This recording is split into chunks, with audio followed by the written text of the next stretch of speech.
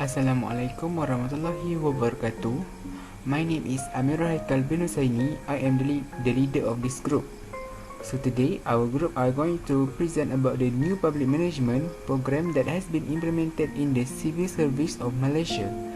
There is 5 members of this group. There is AMIRUL, NAJWA, FILZAH, Intan and SYUHADAH. Assalamualaikum. I am FATIHAH binti Mazlina. I would like to present the introduction of new public management. New public management is a process used to improve the efficiency of public service organization. The concept of business-like public service was first introduced during the 1980s. It described effort to make the public sector more efficient and business-like. Like the private sector, MPM reform usually focus on the centralization of service and customers within the public sector. MPM was mainly focused on financial control, value for money, employee engagement, identifying and setting targets, and continuous monitoring of performance. Besides that, the foundation of NPM was reversing two Cardinal doctrines of progressive public administration, namely lessening or eliminating gaps between the public and private sector and changing the focus from process accountability to outcomes accountability. Malaysia public sector has undergone various changes since independence. In Malaysia, the public sector has changed and played an important role in the economic development of the country. Nonetheless, since 1980, the philosophy and technique of new public management have been implemented in Malaysia. It transformed the public sector from being a contributor to national economy to being facilitator to the public sector as well as being service provider to the public. It is to focus to the development of the state as well as to increase public spending. Thank you, FILZAH, for presenting the introduction of new public management. I am Intan and I'm going to take over the presentation for the next part. The next part is History and Development of New Public Management. The term New Public Management refers to a series of recent administrative reforms aimed at enhancing public sector productivity and result in the service delivery. At the heart of this change is the integration of private sector principle and management practice into the public sector, as well as the delivery of public service through market-oriented process. The NPM ideology, which is central to neoliberal economic theory, is focused on the premise that inefficiency and poor performance are caused by the current government system and policies. It goes on to say that government issues are so widespread and intrusive that they can be fixed simply by changing the system of the government bureaucracy. As a result, supporters of the NPM propose market-based strategy and customer-driven management as the alternative to the NPM. Dr. Mahathir Mohamad spearheaded these initiative reforms in the 1918 and 1919, also led by Najib Tun Razak in the 2000 and 2010. The NPM definition of administrative change or administrative reforms is a useful one. NPM isn't well defined and there isn't much agreement about what is it. Indeed, the administrative change that have been implemented in the various parts of the world under the banner of NPM over the last 2 or 3 decades are so diverse that they are so difficult to categorize.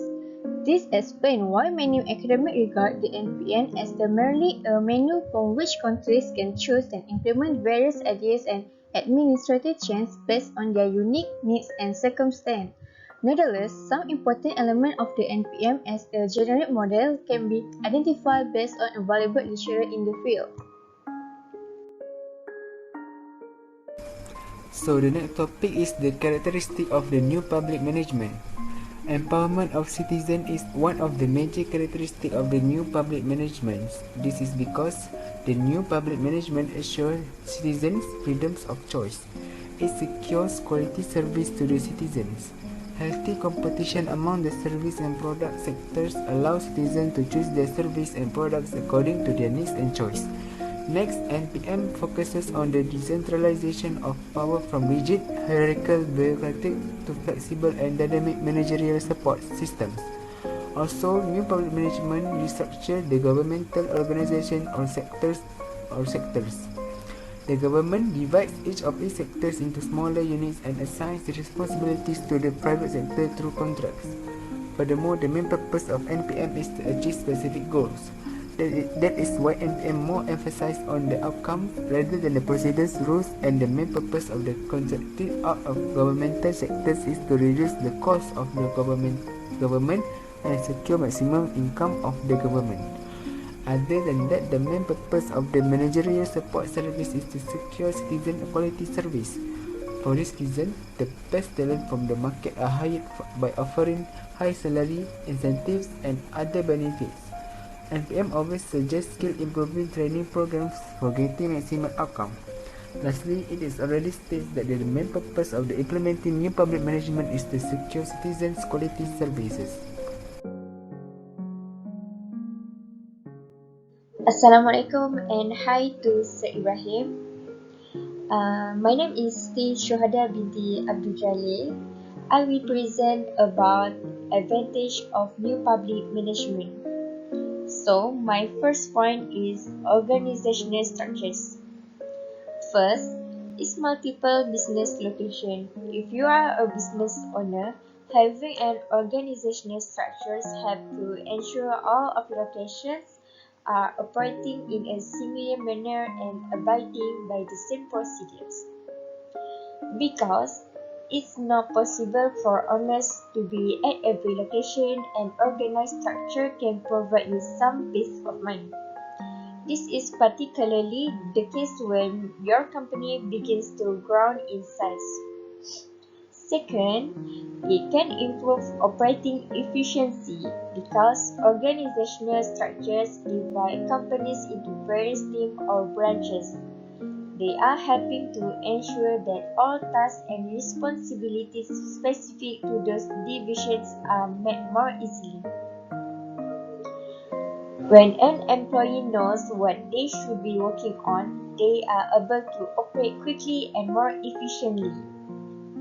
In essence, an organized structure creates an efficient and streamlined system that help improve company operations overall. Last, greater employee performance. When an employee is delegated certain tasks and responsibility in a key manner, they are able to perform well at their job. An organized structure provides employees with the guidance they need to perform at their best every day.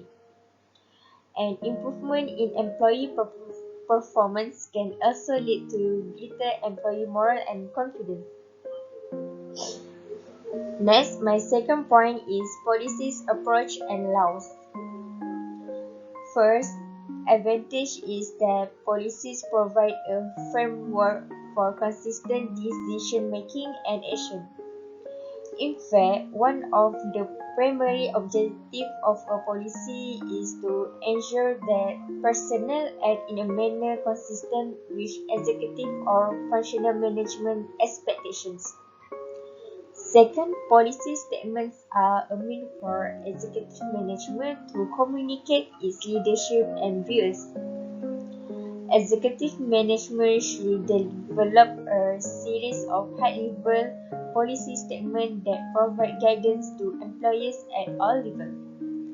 Finally, an effective policy provides an additional advantage by defining the rules and procedures that apply to all employees. My last point about advantage is downsizing strategy. Okay, first is financial strategy. It makes the greatest benefit to downsizing is the financial benefit. Money is saved when there are less people to pay, less resources costing the company money, and just less of everything overall. The more you can reduce costs, the more you can steer them into areas of the company that need the cash infusions to stabilize. This may allow you to then increase resources and or staff once the company is doing well financially. Second, less repetition. Is all companies have some level of repetitions, be it among different departments or the people within them. However, when a company has to downsize, repetition become less of an issue, as there are fewer people to do the jobs they have, much less the exact task list of another person's positions. The company become more efficient and save money on jobs that may closely mirror others. Last but not least, creative approaches. Anytime you are forced to do the same or more with less, you have to get creative about it. Downsizing means that staff and management alike have to come up with more efficient and effective process to ensure that company goals and directives continue to be met. This made the company run a bit tighter, which is a benefit from downsizing that will carry over even into healthier financial times. So that's all. Thank you, sir.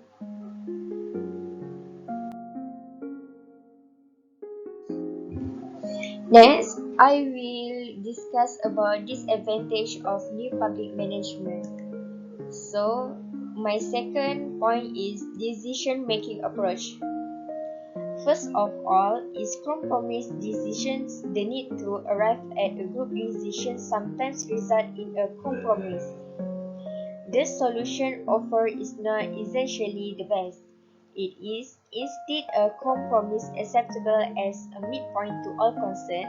There are different demands and social pressures, and members may agree to a proposal without really evaluating it. Such support may not be wholehearted. Next, individual domination. Quite often, decisions in a group are dominated by a few members. Although a group discussion meets a collective discussion, some people usually manage to usurp a position of informal leadership owing to their personality or style or participation. This position can also be because of the position held within the organization or simply because of self-confidence generated by previous experience. Sometimes, only a few individuals dominate and the others fade away in a group, thereby defeating the very purpose of group discussion. Finally, time-consuming is a group involves various individuals. Getting them organized, planning and coordinating their meetings, defining and explaining to them the purpose of a meeting and the goals, and finally reaching a solution or arriving at a decision can be quite cumbersome. Making decisions in a group can thus be time-consuming. The time loss involved in group dynamic cannot be ignored. Next, my second point is finance and budgeting. First, time required.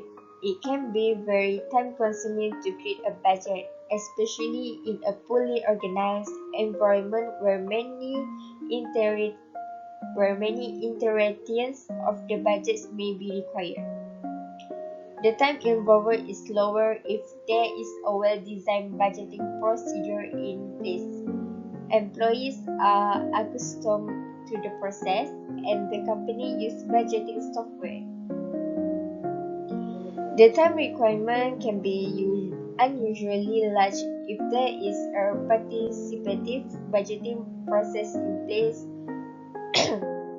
since such a system involves an usually large number of employees. Second, gaming the system is an experienced manager may attempt to introduce budgetary slack, which involves deliberately reducing revenue estimates and increasing expense estimates, so that he can easily achieve favorable variance against the budget. This can be a serious problem and require considerable oversight to spot and eliminate. Finally, spend it or lose it. If a department is allowed a certain amount of expenditures and it does not appear that the department will spend all of the funds during the budget period, the department manager may authorize excessive expenditures at the last minute on the grounds that his budget will be reduced in the next periods unless he spends all of the amount authorized in the current budget. My last point is organizational structures. First, functional departmentalization. A disadvantage of departmental structure is the limitation to communication between employees in different departments.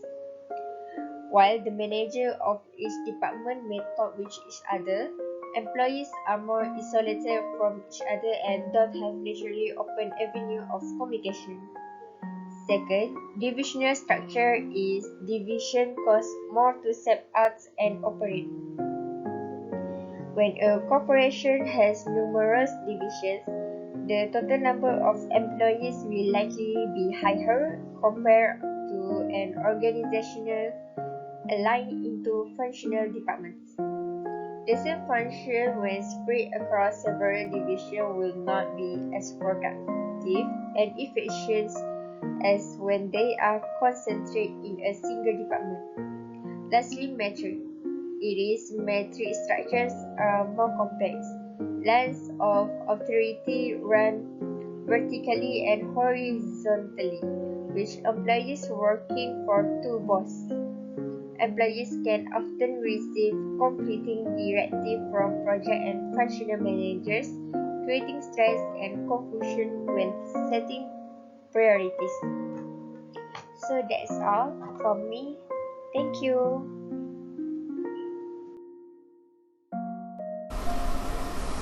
Assalamualaikum, my name is NAJWA binti NOORDIN and I will present about example of programs under new public management. So I will start with Tenaga Nasional Berhad TNB. So before we have TNB in our country, we have Lembaga Elektrik Negara that start from 1949 to 1965. Lembaga Elektrik Pusat Central Electricity Boards (CEB) came into operation on 1st September 1949.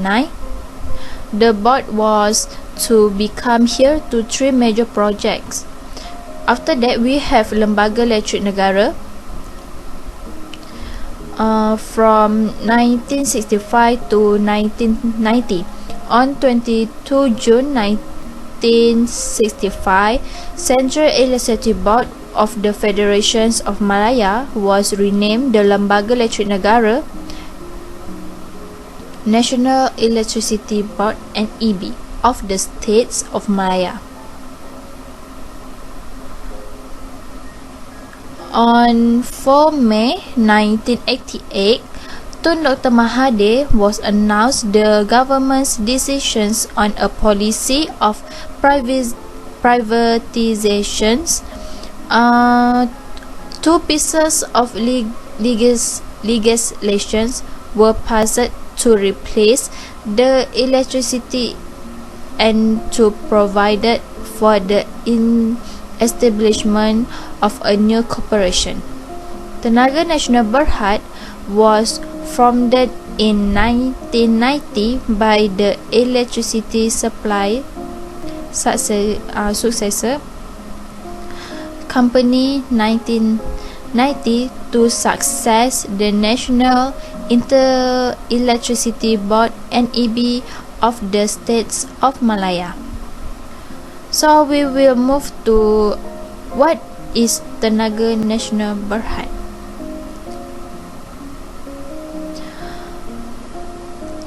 The TNB has a complete power supply system including the national grid. It's also involved in the manufacturing of transformers, high voltage switch gears and electrical cables, civil and electrical engineering works and service, repair and maintenance service, and so on. TNB also offers higher education through its University Tenaga Nasional.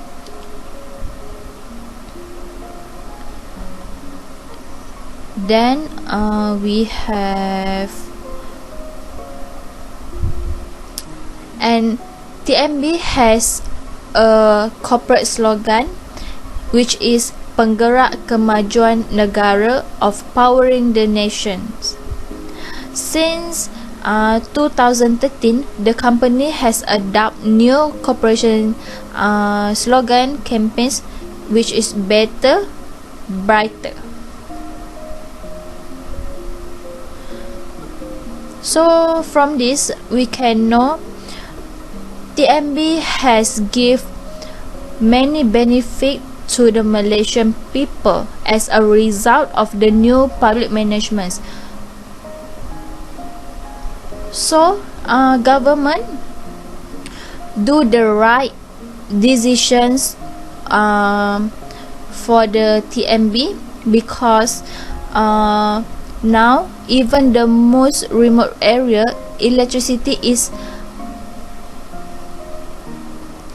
available, so that has no problem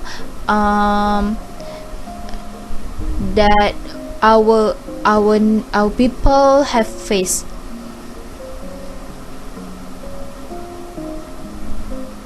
So TNB also give a good economy for the government and the country.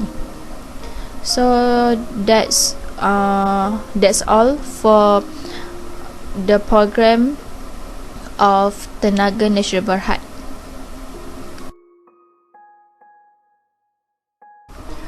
So we will move on to the second of example under new public management, that is Telekom Malaysia Berhad, TM. TM is a Malaysian telecommunications company founded in 1984, beginning as the National Telecommunication Company for fixed line, radio, and television broadcasting service.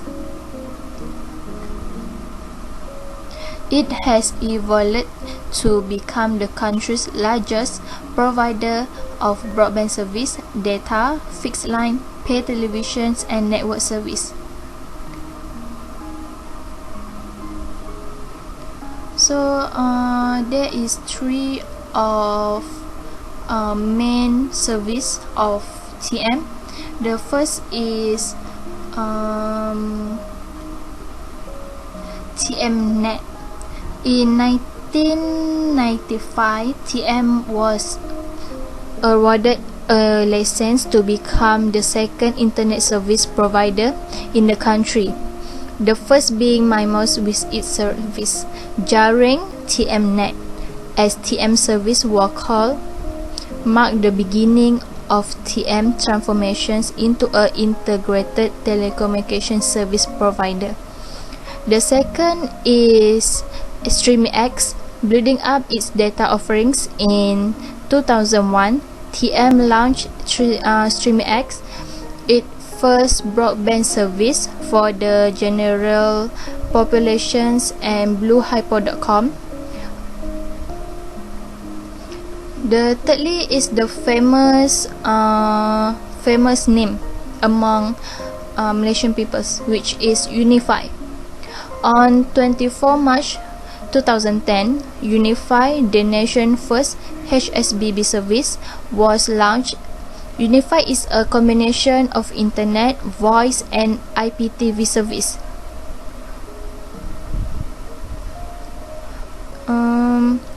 Other than that, we have Unify Mobile. In January 2018, TM relaunched its mobile service as a one Unify Mobile brand.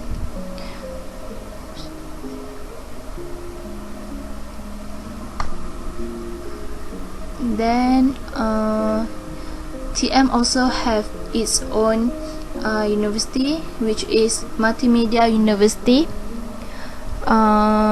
that is located in Melaka, Cyberjaya, and Iskandar Putri. And it also have Multimedia College, MMC, that offer vocational programs in the field of multimedia and IT. MMC has branch in Kuala Lumpur, Perak, Terengganu, Sabah, and Sarawak. Together, all 5 campuses have about 1,070 something of strong student populations. So since its establishment in 1997, MMC has produced a total of 7,067 graduation. So we can see TM give us a good lifestyle, which is they provided a good internet connection for us. For example, now we have the MCO and the children cannot go to school, and they also provided a plan that can help students even in remote areas. TM try to connect to the internet so that children can learn well, for example in the Sarawak or Sabah. So new public management help us in many ways. From the TMB to TM, we can see the importance of new public management NPM. So that's all for me. Thank you. The next topic is program success or not. The new public management that are implemented in civil service in Malaysia are successful.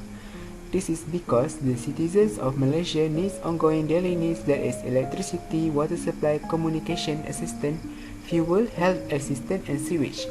So, Malaysia government must take an important move to make sure the empowerment of citizens in Malaysia is developing year by year. Also, other than the empowerment of the citizen, the MPM can also generating the country's economy. In conclusion, public administration and politics have a long history of research and growth. Thus, civil servants with a good understanding of public administration can strive to manage government affairs properly, ensure an efficient and effective administrative structure, advocate for equal distribution of government development programs and projects to the people, encourage good leadership among public officials, and ensure unbiased selection of leaders through fair election and, if necessary, impeachment of leadership through proper legal channels. Finally, Malaysia's civil service was success. This indicates that Malaysian new public management has been effective. The advantages of creating a new public management are numerous. We do not squander the resource available to us. We as a Malaysian We overjoyed to have new government in Malaysia to assist our country with some issue. Thank you.